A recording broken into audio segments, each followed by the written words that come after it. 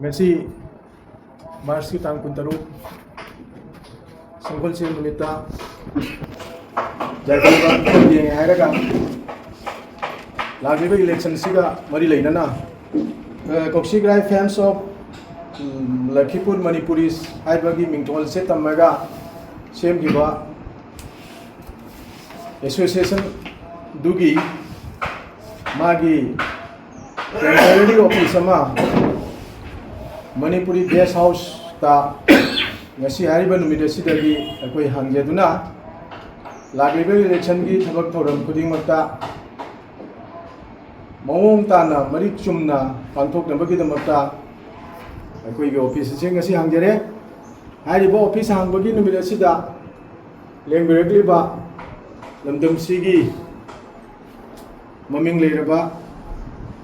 BJP gi workers punamaku अहमदगी इकाई खुमनबु चरी अमसुंग ngasiगी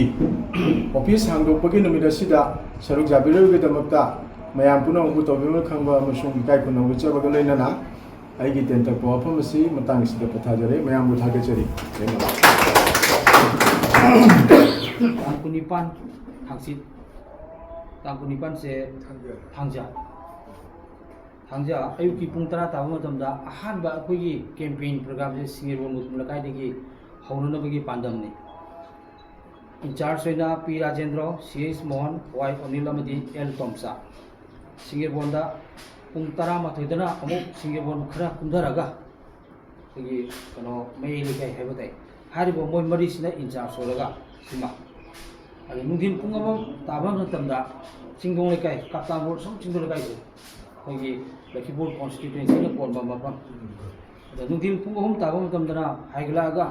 singirwondagi khara chalaga laiba kaptan bu Manipuri posti ega aduga mission ba misi gona mathang tang kunmapan ayuki pung tarada binakandi part 1 dagi hoba ado in charge na renisna TA Somarendra TA Siramani I Nilbir bakoi homda oina thamjare pung tara mathoida binakandi part 2 hogi south barak pung tarada aduga pung tara mathoida binakandi part 2 ado M Vidapati Helen T Rajkumar A Binoy makoina in charge oiba adegi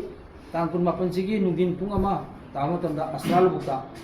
sina Oken Bijoy Akham Sanatoy moina in charge oiba nungdin pungani tamatamda Putikal in charge sorisina L Lalmon o Nauton Ais Bijoy aduga nungdin pung ohumda Laikonda na Kunjari adegi amana A Tombi mukoi ni na si tang kunapan si program si sida lore tang kunada pung tarada nindem kun gi manle kai nabaga jitenga in charge pung trama toida nindem kun mamang le kai sidana biramon ga santos ka en biramon santos pung amada silvar karong da gautam bidamon baskor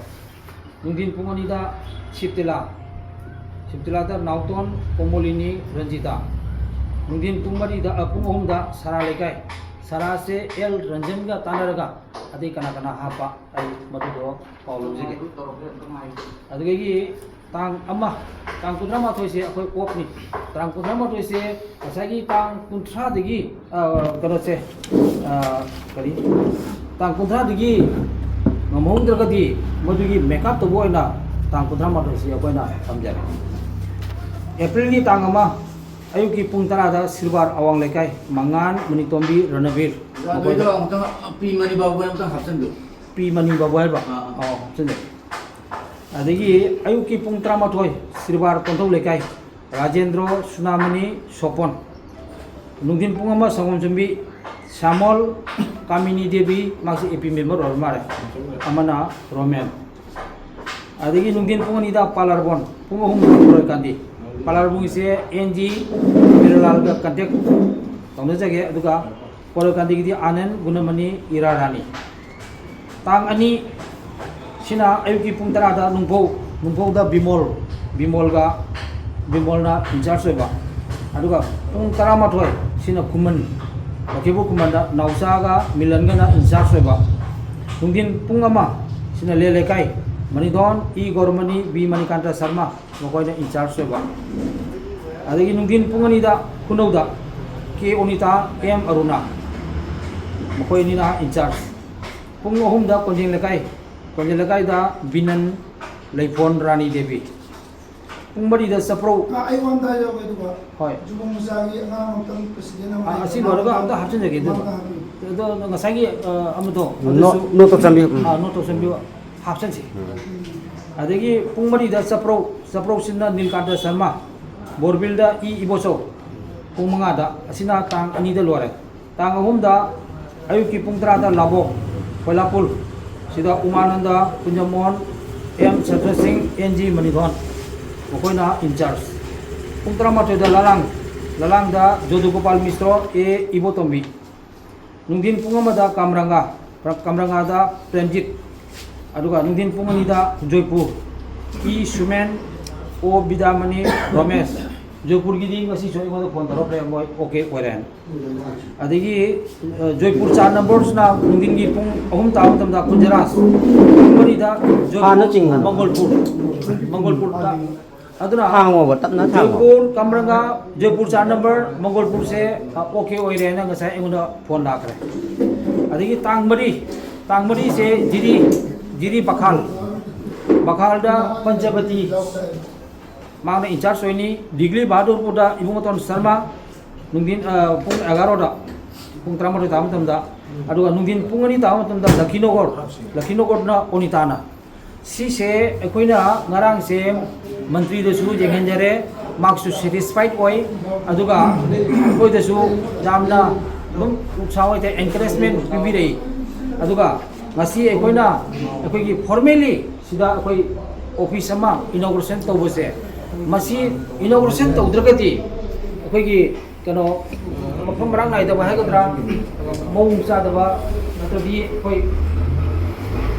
aduna masi se koi program se aina group da share tawdribana kaina da ngasigi seisiga khanere haraga